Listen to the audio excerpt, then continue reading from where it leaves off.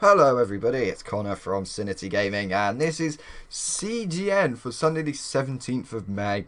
Pete's not here today, although that's my fault because I'm in a hurry and I need to make this fairly quick. So enough hanging around and just blabbering on about stuff. The game releases for this week on Tuesday the 19th of May. We've got The Witcher 3 Wild Hunt. That's coming out on the Xbox One, PS4 and PC. We've got Life is Strange Episode 3 Chaos Theory coming out on Xbox One, PS4, Xbox 360, PS3 and PC. And Hyperdimension Neptunia U Action Unleashed coming out on the PS Vita. Also on Tuesday, we've got Hyperdimension Neptunia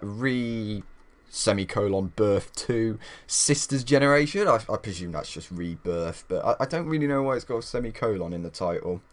Doesn't really make sense. That's coming out on the PC. On Thursday the 21st of May, we've got Carmageddon Reincarnation. That's also coming out on the PC. And on Friday the 22nd of May, we've got NASCAR 15. That's coming out on the Xbox 360, PS3 and PC. I'm not 100% sure that's coming out in the UK, because NASCAR isn't really a sport that British people follow or watch. And Puzzle and Dragons Z plus Super Mario Brothers Edition. That's coming out on the 3DS. Right, that's all the game releases for this week. And on to the news now. I promise there is nothing about politics this week, because we haven't had a general election this time. So, yes, the Nintendo NX is not a Wii U replacement. So, a few months ago, you might remember us mentioning something about Nintendo, like, say, that they're developing a new console. Which is currently called the Nintendo NX, although I don't think that name's final.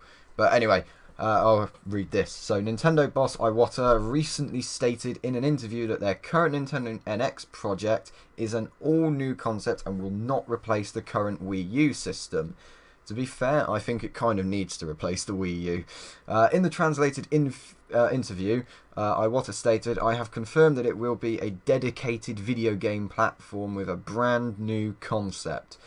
It should mean that we do not intend to become a replacement for the Nintendo 3DS or the Wii U.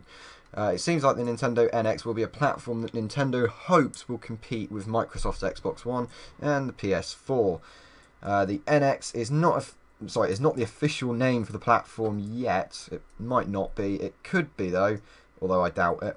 And it is yet to be confirmed for definite. And nothing about the platform is due to be unveiled at this year's E3, which is taking place next month in LA. I think he said something like, if you're expecting the NX at this year's E3, then you'll be disappointed. So, yeah, that means there's not going to be anything about it. Assassin's Creed Syndicate revealed. So Ubisoft recently released a trailer for their upcoming Assassin's Creed title, which is called Assassin's Creed Syndicate. The game itself is set in Victorian London at the end of the Industrial Revolution, with two new assassins called Jacob and Evie Fry. I guess they're married, since it seems like they've both got the same surname. From what we know, Jacob and Evie are part of a criminal gang called the Rocks, with a main goal of taking over London's grimy underworld. To me, that kind of suggests they want to take over the underground, but don't think the underground existed in the Victorian times. In terms of features, we know that the game will not have co-op or multiplayer, which is a step down from previous games. However, the addition of vehicles, including carriages, trains and boats, possibly makes up for the lack of multiplayer.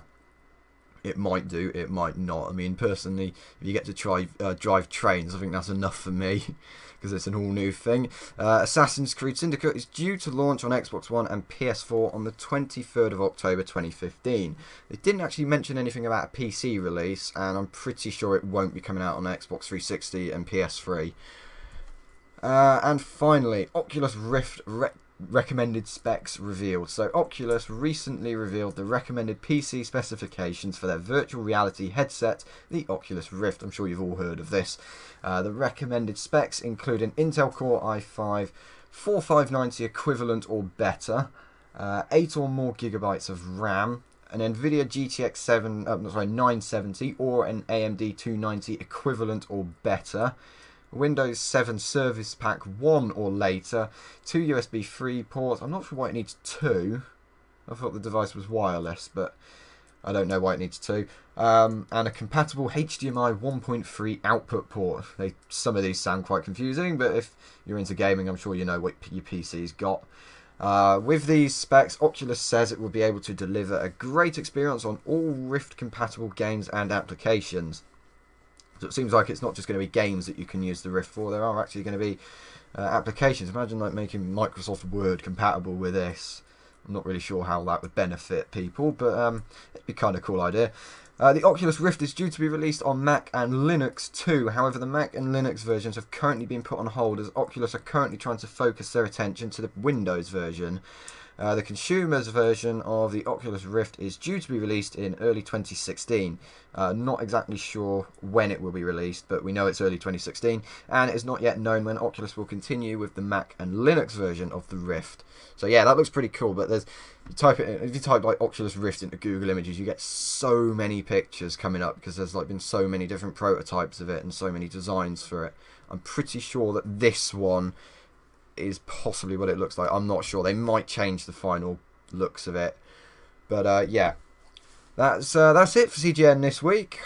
Pete should be with us next week. I hope he is anyway, because otherwise that'll be 2 weeks without him, which is not on, is it? So anyway, that's CGN for Sunday the 17th of May. Thank you very much for watching, and hope you all have a good day. Thank you. Bye bye.